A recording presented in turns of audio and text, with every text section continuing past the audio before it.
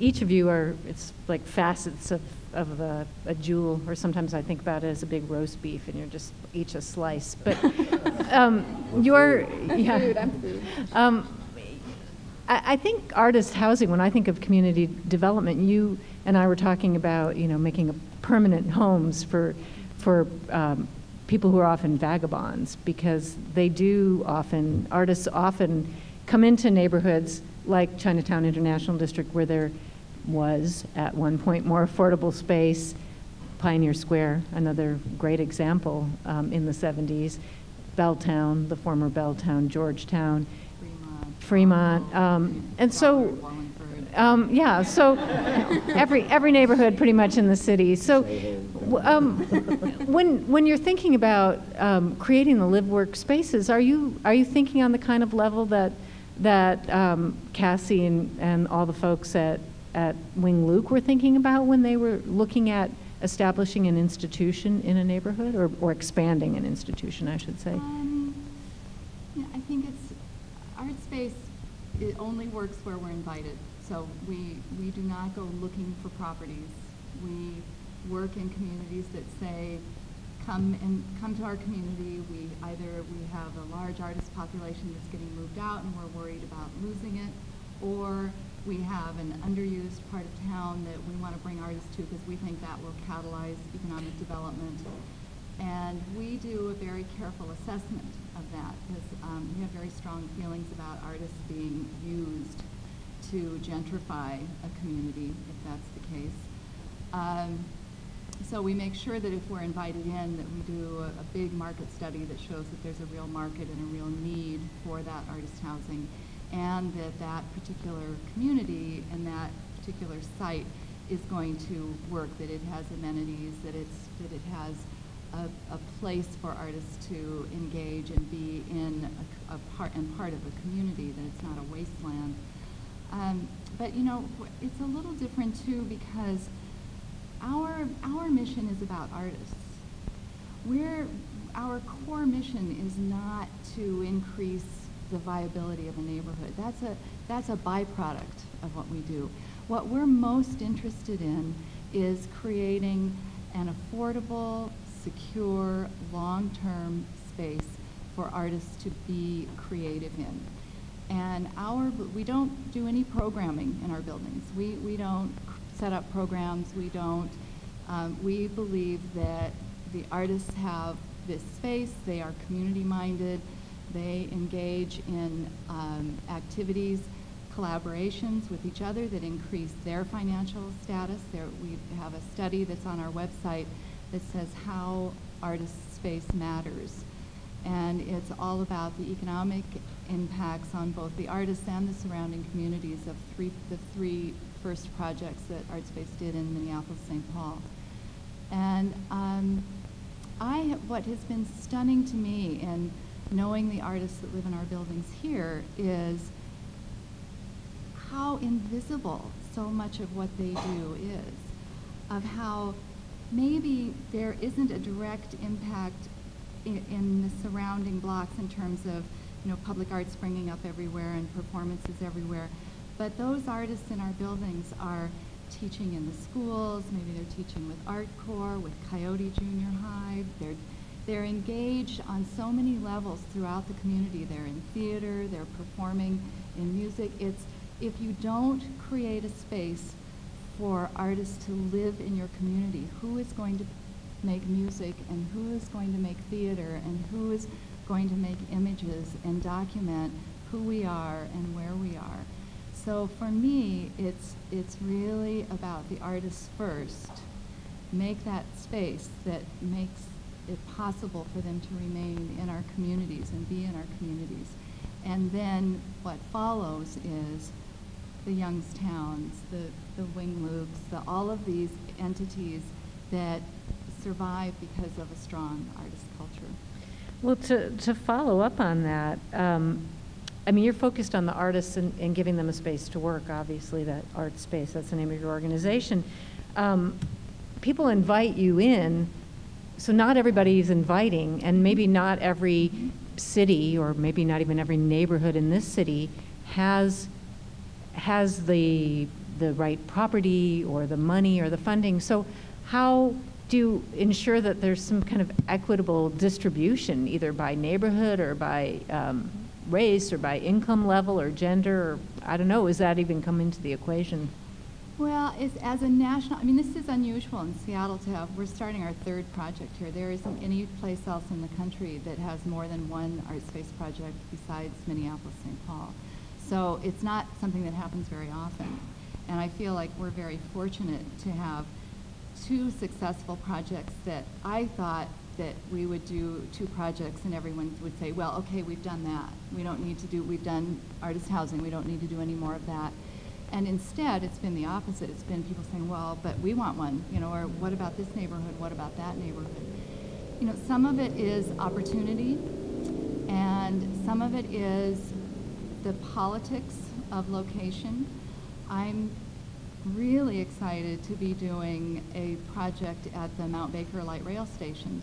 And at first, I have had people say to me, well, how come you aren't doing something in Ballard, where artists have been displaced, or in Fremont or Capitol Hill or some other locations where there's strong arts community. And I kind of didn't know how to answer it, and so I started asking some of the artists in our buildings. I said, well, you know, what do you think about an artist housing at Mount Baker Light Rail and instead of Ballard, some of the other neighborhoods? And they said, you know, I think it's really important to do that there because those other neighborhoods have an identity. This is a part of Seattle that doesn't really have an identity, and the artists in a community can bring an identity to a neighborhood. So making that building a part of that community and hopefully spurring a pedestrian environment in a neighborhood that is totally car-oriented will have a big impact on the developments to follow. Wyking, I want to have you follow up on that because you said earlier culture is kind of an immune system, and Cathryn just used that word identity, and to me that notion of what role making art or culture can play is clearly important, but there's just as important that notion of equity and making sure that everybody has equal access. So from your vantage point, is it equal, and how do we make it so? Well, from my vantage point, if you look at the Seattle Art Museum, you look at the Wing Loop, you look at other institutions, Daybreak Star, you know, and then you look at the African American Museum, which is basically in the basement of, you know, this real estate development. There's absolutely no equity. And it's in a place where establishing a positive culture, an institution to really facilitate a positive culture and positive relationships in our community, among our population, it wasn't like an amenity or an accessory to the community. It was a necessity to the community.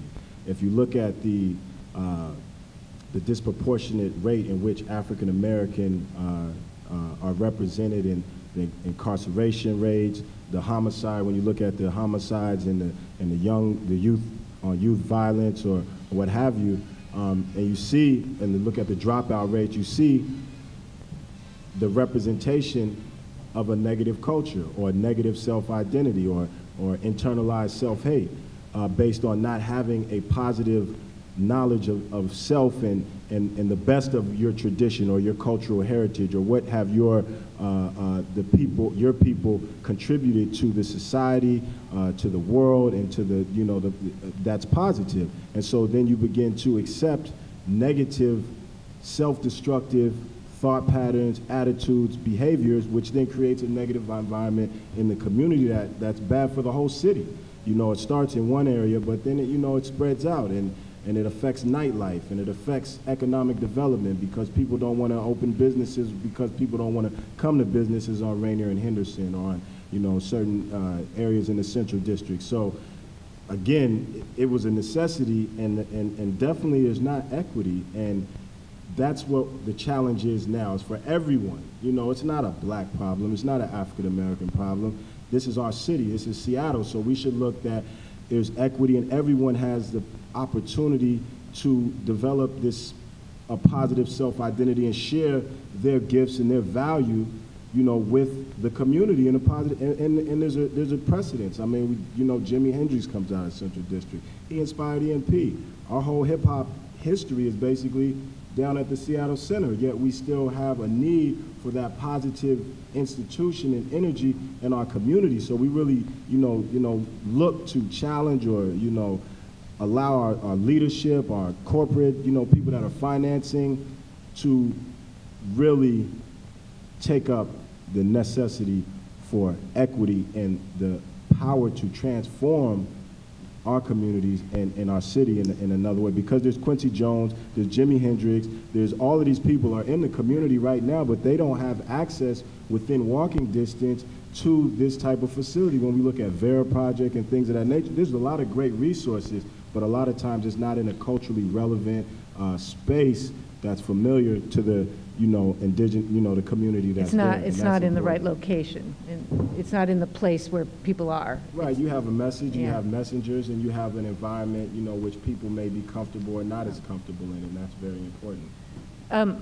Randy, the notion of equity and whether we as a city of neighborhoods and communities are seeing equitable development, and also as your position on the Seattle Arts Commission, I put that to you as an official. Well, the places where I look at like Wing Luke, Toshiro Kaplan, Hiawatha, Youngstown, none of them are in Ballard or Capitol Hill or downtown. I mean, I don't know that you could afford to do a project like that in those neighborhoods. I think Wyking's right. I think every single neighborhood in this city, particularly those that have been historically under-resourced, underrepresented, need to have a place where they can create positive community and find and build their voices and engage the system and become part of making the future that they want. One of the folks in the video said, there's nowhere for our kids to go. So what do we expect if we give our kids nowhere to go?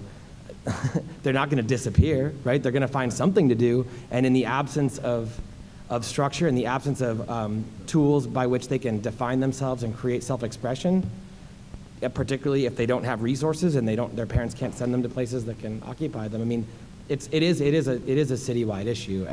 But so who does that come from then? Do those organizations get built from the grassroots, or what kind of input comes from the city? Well, that to me, that's why a cultural district manager makes sense, right? Because there should be someone who answers the phone in the city when someone says, I want a Youngstown where I live.